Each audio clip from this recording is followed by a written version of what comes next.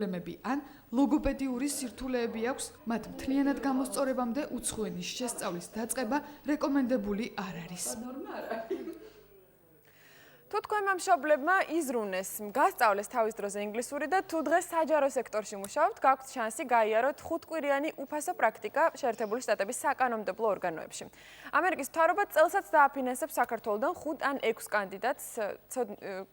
6 კანდიდატის ცოდნასა და გამოცდილებას. საკანონმდებლო პრაქტიკის პროგრამის კოორდინატორი თამარ პაპავა უკეთ მოგვიყვება ამ პროგრამის შესახებ. თამარ, კონკრეტულად რას ითვალისწინებს ეს პროგრამა, რას გააკეთებენ ფინალისტები შტატებში აი ამ 5 კვირის განმავლობაში? მოგესალმებით, მიესალმებით თქვენს მაყურებელს, დიდი მადლობა გადაცემაში მოწვევისთვის. როგორც აღნიშნეთ, საკანონმდებლო პრაქტიკის პროგრამა ითვალისწინებს 5 კვირიან სტაჟირებას, მათთვის, ვისაც უკვე აქვს გამოცდილება საჯარო სექტორში მუშაობის და სურს რომ მიიღოს უშუალო გამოცდილება ამერიკის საკანონმდებლო სისტემაში. კონკრეტულად რას მოიცავს? ანუ საკანონმდებლო სისტემა ამერიკის ძალიან ფართემცნება ალბათ. კონკრეტულად სად მოუწევთ მუშაობა და თუ არის საშუალება რომ ინტერესების სფეროების მიხედვით შეძლონ მათ პრაქტიკის გავლა? კი ბატონო, როდესაც ისინი ავსებენ განაცხადს, ისინი უთითებენ თავიანთ სამუშაო გამოცდილებას, თავიანთ ინტერესებს და რა სფეროში სურთ მათ მოღვაწეობა და ამ ინფორმაციას აუცილებლად ითვალისწინებენ ჩვენი ამერიკელი კოლეგები, როდესაც პოულობენ მათთვის შესაფერის ადგილს. მათ შეიძლება იმუშაონ სხვადასხვა ადგილას, ეს შეიძლება იყოს საკანონმდებლო ორგანო, როგორც შტატის, ასევე ფედერალურ ან ადგილობრივ დონეზე. შესაძლოა მათ წინასწარ არიციან, თუმცა ზუსტად იქამდე ვიდრე გაემგზავრებიან, მათ აქვთ უშუალოდ კონკრეტული ინფორმაცია, სად იცხოვრობენ, სად იმუშაობენ და ასე შემდეგ. ვისთვის არის ეს პროგრამა კონკრეტულად? ეს არ არის პირველი შემთხვევა, როდესაც ასეთი ფინალისტები ირჩევიან. რომელი სტრუქტურებიდან აქტიურობენ ხოლმე ძირითადად? მე მინდა ჩვენმა მაყურებელმა ძალიან სწორად გაიგოს კონკრეტულად რა პროფილის ადამიანებისთვის არის ეს პროგრამა. კი ბატონო. ეს როგორც გითხარით, მოთხოვნა არის მდგომარეობს იმაში, რომ საჯარო სექტორში მქონდეს მუშაობის გამოცდილება ამ თუ ადამიანს, თუმცა სასურველია, რომ უშუალოდ საკანონმდებლო სფეროში მქონდეს დამუშავება და ცოდნა მქონდეს შესაბამისი როგორც მინიმუმ. ჩვენი კანდიდატები არიან ხოლმე საკმაოდ ფართო სპექტრიდან, სამინისტროებიდან, პარლამენტიდან, საკრებულოდან, სხვადასხვა ქალაქების საკრებულოდან, ძალიან გვინდა რომ რეგიონული კანდიდატებს მივცეთ საშუალება მონაწილეობის მიღების, რაც საოცრად უნდა გაითვალისწინონ, უნდა იყვნენ 25-დან 35 წლამდე აპლიკაციის შეტანის მომენტში, რასაკვირველია ინგლისურ ენას უნდა ფლობდნენ. ინგლისური ენის ცოდნა რა დონეზე მოეთხოვებათ მათ? კი ბატონო, ინტერნეტ ვერსია TOEFL-ის აი ამ ტესტში უნდა მათ გქონდეთ მინიმუმ 61 ქულა.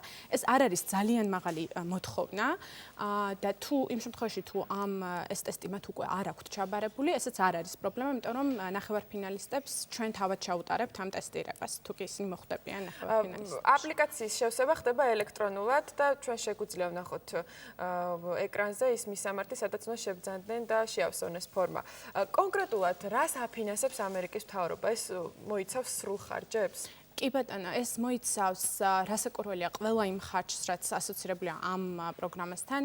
კერძოდ ეს მოიცავს ბილეთის, მგზავრობის პულს ამერიკაში და უკან, ვიზის საფასურს, იქ ისინი ცხოვრობენ მასპინძელ ოჯახებში. მათ ასევე ექნებათ მოგრძელებული სტიპენდია საიმისოდ, რომ ყოველდღიური ხარჯები დაფარონ. შესაბამისად, ყველა ის ხარჯი, რაც აუცილებელია იმისთვის, რომ ეს 5 კვირიანი პროგრამა მათ გაიარონ, სრულად არის დაფინანსებული ამერიკის სახელმწიფო დეპარტამენტის. და ბოლოს გვითხარით განაცხადების შევსების ვადები. განაცხადის შევსების ბოლო ვადა არის 31 ოქტომბერი, ანუ ჩვენმა მსურველებმა აუცილებლად უნდა იჩქარონ, თუმცა ეს დრო, რაც არის დარჩენილი, მე ვიტყოდი, რომ სრულიად საკმარისია იმისთვის, რომ განაცხადი შეავსონ, ხოლო იმ შემთხვევაში, თუ რაიმე მიზეზით, მაგალითად, ასაკის მოთხოვნას ამ ეტაპზე არ აკმაყოფილებს, თუმცა 25 წლის შემდგომ ხდებიან, აუცილებლად ვურჩევ, რომ გაზაფხულის ვადებში შეიტანონ, ანუ გაზაფხულზე კიდევ ხელმეორედ გამოცხადება, წელიწადში 2-ჯერ ხდება აპლიკაციების მიღება. ძალიან დიდი მადლობა, უსურვებთ წარმატებებს ყველა კანდიდატს, გემშვიდობებით, ჩვენ კი განვაგრძობთ სხვა ამბებს. ნინი შერმადინის ამერიკული ოცნება, ქართველი მომღერალი კარიერის ყველაზე საპასუხისმგებლო ეტაპისთვის ემზადება. მან გრანდიოზულ კონცერტზე ცნობილი პროდიუსერების წინაშე უნდა იმღეროს. ბროდვეის თეატრი მიუზიკლ კაბარესთვის შემსრულებლებს ირჩევს. როგორ ემზადება ის შტატებში გასამგზავრებლად, ნახეთ ჩვენს სიუჟეტში.